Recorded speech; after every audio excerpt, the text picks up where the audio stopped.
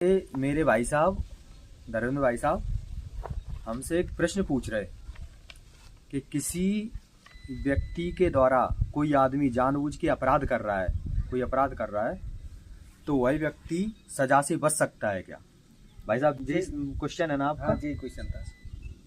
तो इनका कहना ये है कि कोई आदमी जिसकी उम्र 18 साल से ज़्यादा है और कोई जानबूझ के अपराध कर देता है, ठीक है, तो ऐसे व्यक्ति के सजा से बच सकता है या नहीं बच सकता?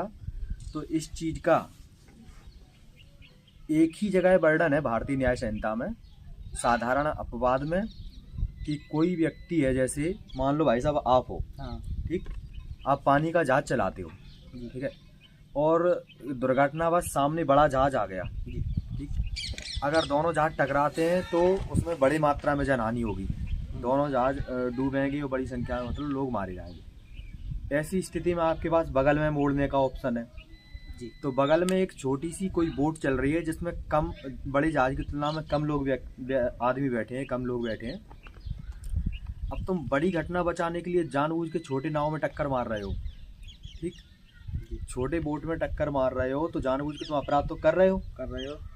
तो ऐसा अपराध जो बड़े नुकसान को रोकने के लिए किया जाए और उस मतलब छोटे अपराध को करने के अलावा कोई अपने पास दूसरा ऑप्शन नहीं है, जैसे अपनी जहाज को मोड़ने के अलावा कोई दूसरा ऑप्शन नहीं था, तो इस अपराध को सजा योग्य नहीं माना जाएगा। इस अपराध में अपराध करने वाले को क्षमा मिलेगी।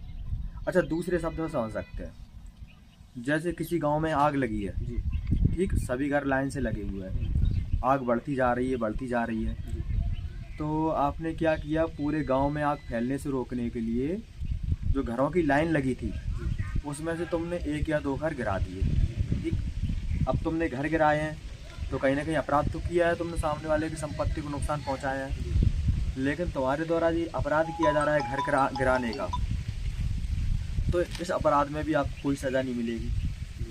तो अब बताओ भाई साहब, बात समझ में आ गई आपकी? समझ में आ गई।